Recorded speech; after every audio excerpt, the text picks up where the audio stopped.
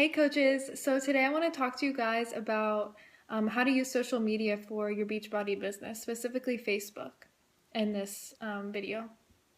But as a Beachbody coach, especially when you're new, you want to be posting things on social media about 3 to 5 times a day, and you really want to be social and really engaging your followers. So what exactly does that mean? If you are new to Facebook or if you didn't really use Facebook before you were a coach, I know I rarely use my Facebook page. I only used it just to check up on family and, see what people were up to, that type of thing. I definitely didn't use it for any business purposes.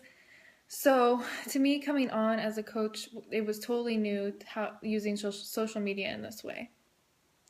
So you want to think about who your audience is, who is following you, and what kind of content can you give them that'll add value to their life.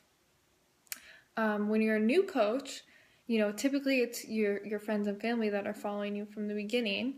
As you grow your following, you'll kind of figure out who your kind of target market is, or your niches, and you can kind of steer more in that direction.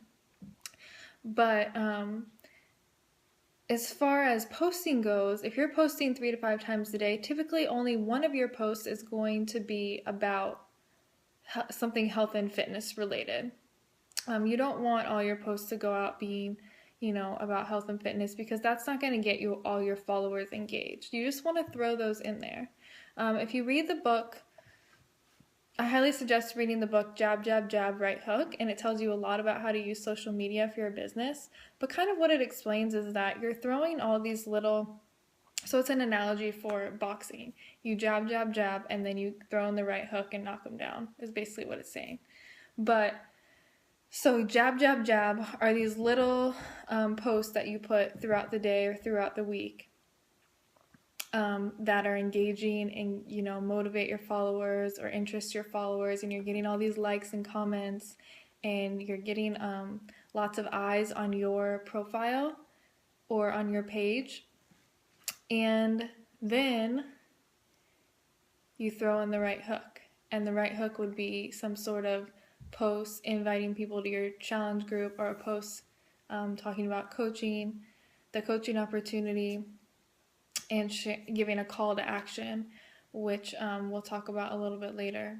But so that's kind of the idea behind what you want to do with your social media. Think about your who's following you right now. What would they want to click like on? What would they want to comment on? Some things to think about are asking questions, because that gets people to your page. If you don't know what Facebook affinity is, affinity means that it's basically Facebook's popularity system. So if they see that lots of people are liking your posts or commenting on your posts and your page will get out into the news feed and into more people's news feeds more often than somebody else's. So if you are putting out content that no one is liking and no one is interested in or engaged in, your posts aren't going to get seen. So just because you post something doesn't mean that it actually gets into everyone that's on your friends list newsfeed. So that's why you have to build your Facebook affinity. So just like people are commenting and liking on your pictures or posts to build your affinity, they also take into account how engaged you are with other followers. So if you're messaging people through Facebook often, if you're commenting and liking on their pages and things like that, that helps build your affinity too. So one thing I would suggest with that is don't scroll the newsfeed, but if you do, maybe set a timer for like 2 minutes or something to like people's posts and things like that, so that you're building your affinity a little bit. Or what you could do is just have a list of your prospects and go to their specific profile page, pick like 3 to 5 of them every day and comment on their pictures that are interesting to you. So that's just a little bit about Facebook affinity, but getting back to the posts, what you should be posting as a Beachbody coach, I would suggest thinking of 4 to 5 different things that represent you, and only one of them being health and fitness. So what other things represent you that you could post on Facebook? So for example, my things are health and fitness.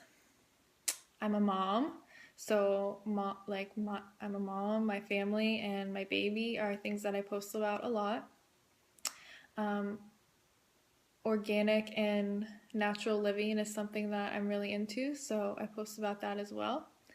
And my faith is something that I post about often, and motivation.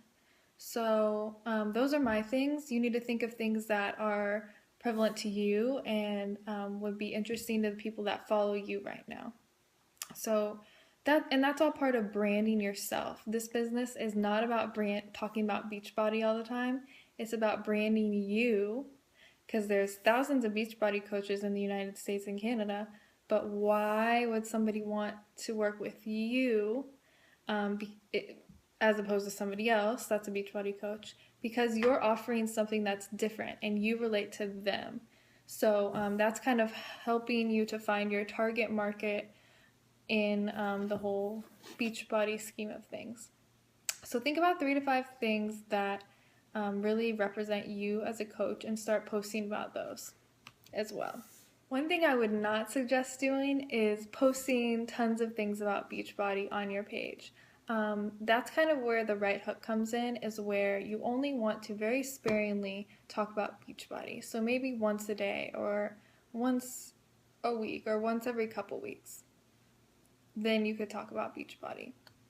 But what you can do is you can use words like, you want to talk about your challenge groups often because that gets people interested in what you're doing if you're sharing results from your challenge groups. I try to share something about my challenge group or talk about something about my challenge group in a post at least 3 times a week. I try to share my own before and after photos at least once every 3 to 4 weeks, so at least once a month, if not more. And then I also share the results from other coaches or other challengers. I kind of throw those in here and there, maybe a couple times a month. So those are things that you do want to incorporate. You want people to know that you're a Beachbody coach, but you don't want it to be overwhelming. Don't be one of those people that, their banner photo is like P90X. You can throw in little things in there, like if you look at my Facebook profile, you'll see like different pictures of me that kind of represent me, and in one of them I have on a PiYo shirt. But I don't have anything other than that about Beachbody on there. It's just my family, faith, fitness, that type of thing. So don't be one of those annoying Beachbody people, but at the same time, you want people to know what you're doing, right? You want them to see like, oh, get interested in this Beachbody thing, right? So all in all, you need to just be you. You need to brand yourself and try and stay on task of like different things that you're interested in that your audience might be interested in as well. So I hope this was helpful. If you have any questions about social media, please comment in the boxes below, and I'd be happy to answer any questions for you. It is also really helpful to look at what other coaches are doing. Don't take their content, but it just helps you to sometimes get ideas and get, your juices flowing with what kinds of posts you could be doing. And, you can use their pictures and things like that, but always make sure that you use, you make it your own. Make everything your own because you are uniquely different from somebody else that is a coach as well. Hope this was helpful, guys. Please let us know if you have any questions. Bye.